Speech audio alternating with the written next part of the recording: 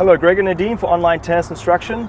Nadim, we have a question from a lady. She's a 4-0 player and she plays a lot of singles. Correct, and she has a one-handed backhand, and she keeps getting stuck in a defensive position on her one-handed backhand when her opponents give her loopy deep balls to that one-handed backhand and close in the net. So she wanted to know, okay, what options do I have to get myself out of that difficult situation? Well, the first thing you need to do if you have a one-handed backhand is to learn to take the ball early and on the rise. Okay, because what's the first thing people do when they see someone has a one-handed backhand? They're going to go high to the backhand. They go high and deep. That's what they're going to do. So you got to learn that first.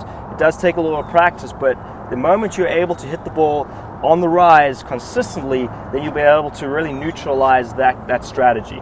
So after you do that, after you learn and be sure that you practice and work on taking the ball on the rise, the second option is to really perfect your defensive lob.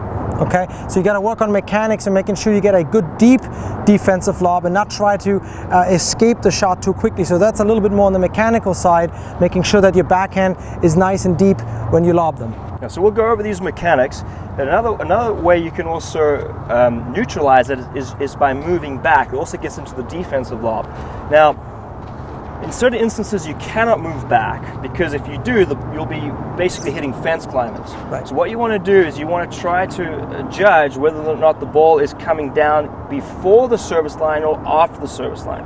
So if the ball is apexing before the service line, you can probably back up and let that ball now fall into your strike zone. Yeah. But you have to move back diagonally this way so you can play it sort of between chest level and mid-thigh. That's your ideal strike zone. So you'd have to work out where the apex is. And then the last option. The last option is probably the most advanced one, but you want to work on is if the ball gets out of your strike zone, having the ability to hit a slice up here to keep the ball hopefully lower so that when your opponent does come in, they have to pick up the ball rather than having a floater. So it's going to be another mechanical kind of way to work on that. But there are 4 real options for you to work on. You don't just have one response, but it will take some time to work on them each. But let's take a look at them, right? Yep, let's go.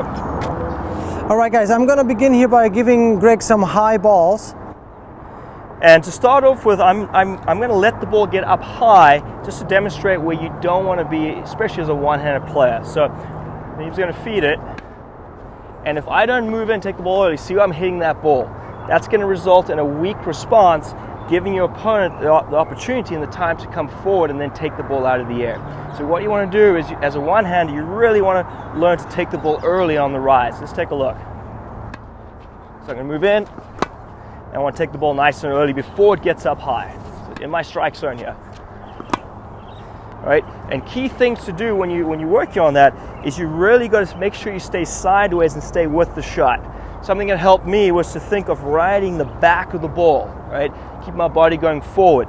Now, a common mistake we often see is players want to almost hit down or swing too level. You still want to have a slight low to high through contact. Let's take a look at another one here. Okay, mistime it a little bit. You really got to get your feet to the ball and stay sideways. If you lift up, that's going to happen. So by staying sideways, keep my head still, also gives me the longest hitting zone. So I have the biggest window to make contact in. See one more, Nadim. Like that. So the next one is the defensive lob. And what you want to think of your racket almost being like an elevator. You're just going to go straight up here. You're going to rebuild the point. Now you may have to move back for this one, but this is an easier shot to learn as you're working on taking the ball on the rise. So Nadim's going to feed the ball further back. So I'm going to back up here and simply going to throw the ball up. I'm going to rebuild the point this way. If you look at my racket, all I did was a flat shot. I just played from the shoulder and went straight up this way. See it again. I'm backing up here and just throw the ball up. And that way, if they come forward, they can't take the ball out of the air. Now you got to work on that. If the ball's a little bit long, you would simply aim a little bit higher, a little bit closer to you. See it again? I go up this way and simply hit the ball straight up. And again, from there you can just restart the point and get started. But once again, you really want to focus on learning to take the ball on the rise, and then work on the defensive lob as you're working on getting confident in taking the ball early. And then Nadim's going to talk to us about the next 2 options. All right, next up we're going to talk about backing up when you're getting a deep ball to your one-handed backhand, but you can't just do that because you're not confident with your backhand. You're really only able to do that if the apex of the ball is right around the service line or even before the service line, so that the ball doesn't pick up too late or too far back and then you have to climb the fence. So let's take a look at a few of these here where I will just I'm going to get into my turn, back up, and then really try to drive a nice long deep ball, because if I do that they're likely not going to come into the net. And then go back out. That was a little too short, but you see I back up because his ball is relatively short. I can see it early and still have enough time. See, I'm not a one-handed player, you can tell right away. One more time, try to lengthen that ball just a little bit. It's a little deep, so this makes it harder. One more time please, Greg. So I back up early and then get nice depth. I want to go for depth and height. If they come in, then I want to go and make sure that I don't let them hit high volleys. Then I want to make sure that they go towards the tee in my return. So do one more and I'm going to try to go towards the tee. Go ahead. I back up and try to get towards the tee and I can't. One more. Right there, so that when they do come in, that they have to pick up a low ball. Okay, so it's important that you know when to back up. So when his balls, they came heavy but they weren't super deep. If they were super deep on top of being heavy, I can't back up. So that's very important. And lastly, probably the hardest one is slicing a high ball.